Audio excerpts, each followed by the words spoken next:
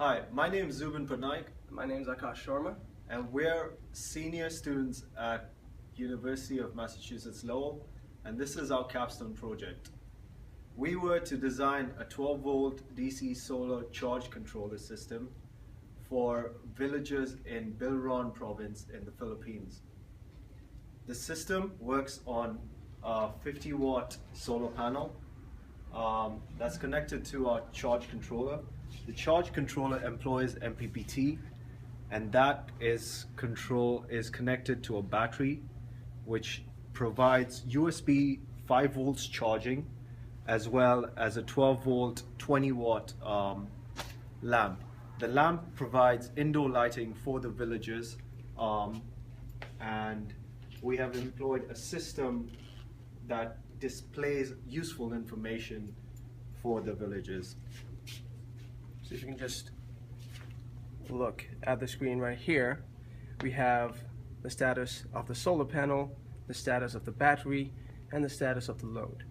Now let's go ahead and just turn on the lights and charge a cell phone just to make sure that it works. That right there is your light, which is pretty bright, pretty good.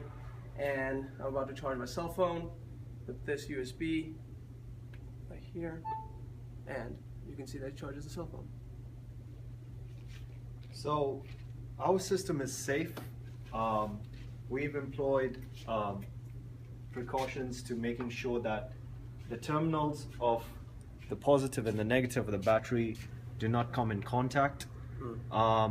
If the system needs to be maintained, do that. A couple of switches on the charge controller box, one being the reset switch located behind the box.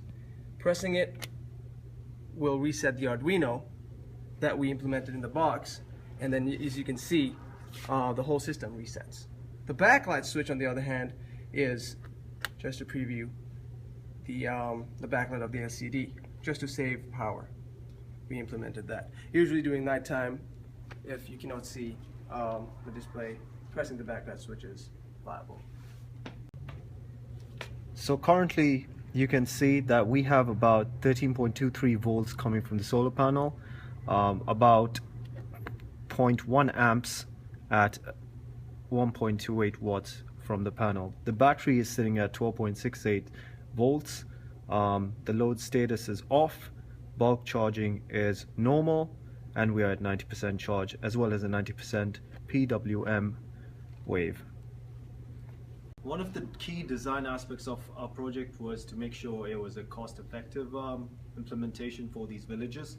So what we did was we went with the best compromise between cost and the size of the battery and efficient charging. So we went with a 50-watt panel, but we went with a very big 85 amp hour 12 volt DC lead acid deep cycle battery.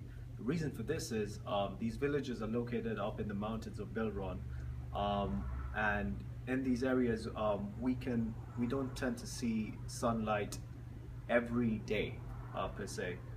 So our system will ensure that the battery holds charge for a week or two at least, even if the current load of 5 USB chargers all connected and the 20-watt lamp connected is run 24/7 for those weeks. This ensures that the villages have a convenient and reliable system to work with, and I believe that they should reap the benefits of the system.